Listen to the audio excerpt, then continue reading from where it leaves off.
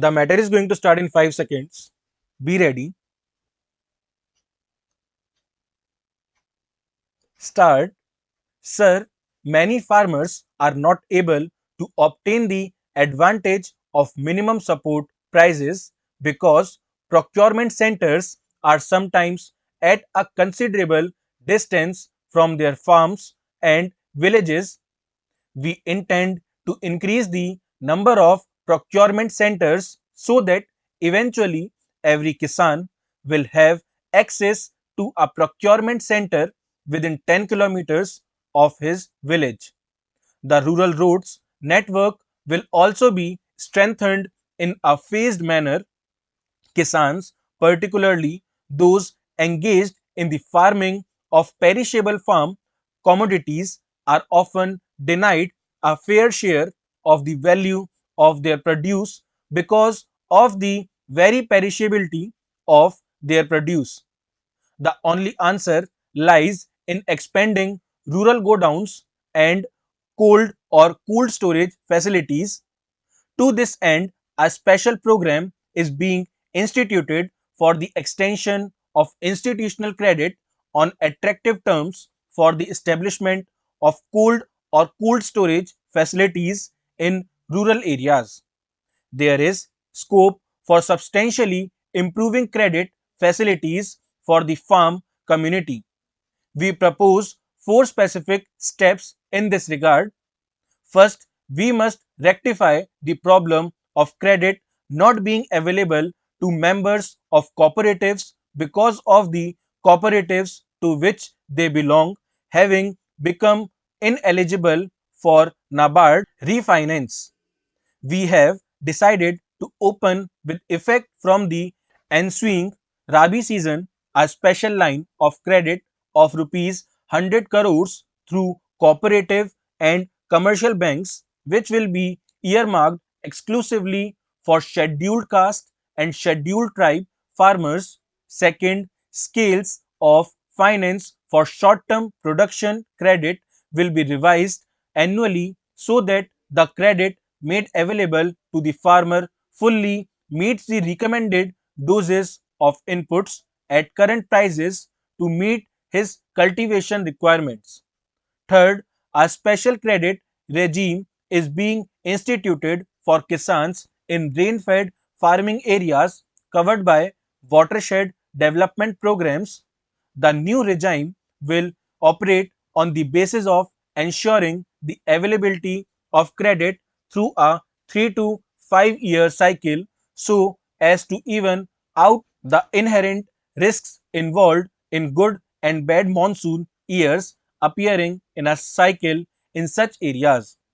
The special credit regime will take into account problems of overdues which arise within a cyclical period to ensure an adequate flow of credit in support of viable crop production and other elite activities. This regime will be reinforced by a major program of watershed development in rain-fed farming areas.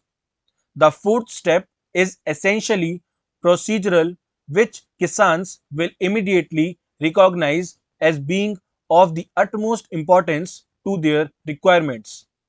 The National Agricultural Credit Relief Fund will devise a comprehensive relief policy based on the special characteristics of production and the severity of damage in different agroclimatic zones. Through the rescheduling of loans and waivers of interest and principal in defined circumstances, the credit needs of farmers in different zones will be kept in view.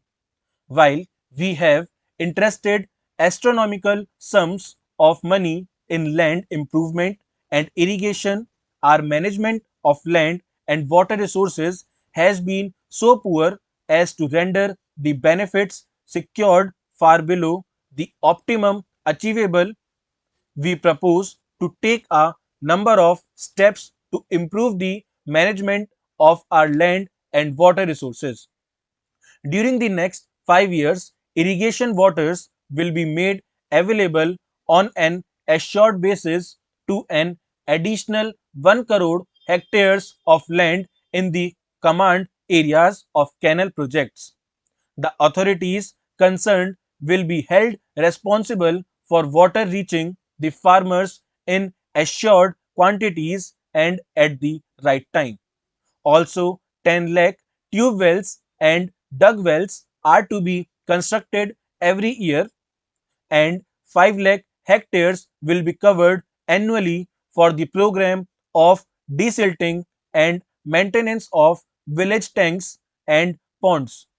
Second, the productivity of unirrigated land is to be enhanced through effective watershed development and moisture conservation. This program will extend to 50 lakh hectares during the 8th plan. Third, 25 lakh hectares of Barani land will be reclaimed at the rate of 5 lakh hectares a year. We need not wait for the commencement of the 8th plan to take up these projects. A beginning should be made this year itself. Plasticulture holds vast potential for increasing agricultural productivity. The uses of plastic are many, especially in irrigation, storage, and packagings. Existing plasticulture schemes will be substantially expanded. It is proposed to extend incentives for the installation of sprinkler of drip irrigation systems to all farmers. During the 8th 5-year plan, 1 lakh additional sprinkler systems and 1 lakh drip irrigation systems will be installed to optimize the use of scarce water resources. Good seeds are the basic foundation of higher agricultural productivity. The new seed policy is under implementation, and the buffer stock being built will ensure that Kisans have access to high quality seeds and planting material at reasonable costs. We are particularly concerned about small, marginal, and SC/ST farmers. With effect from Rabi 1989-90, supply of improved seeds will be ensured. Agricultural research is simply not getting the attention or priority it needs. We are reconstituting the Indian Council of Agricultural Research, and I shall take over as its president. We have two major objectives in mind. First, we propose to generate appropriate technologies for each subzone of the 15 agroclimatic zones so as to be able to modernize our agriculture in each of the zones. Second, a special time-bound program in research and development of hybrids is being taken up to cover rice, maize, jowar, bajra, arhar, cotton, and oilseeds. Results will be demanded within 5 years, and the implementation of the research program will be monitored at the highest level to promote the manufacture of agricultural machinery and implements of improved design, particularly those using new and more efficient materials. A special fund is being established to extend credit for the manufacture, fabrication, and marketing of such machinery and implements, as also for the leasing or hiring of such machinery and implements, plant protection equipment, and sprinklers. For adding value to primary produce of the farmer, as also expanding employment opportunities in rural areas, it is necessary to encourage agro based industries, particularly food processing. Full stop.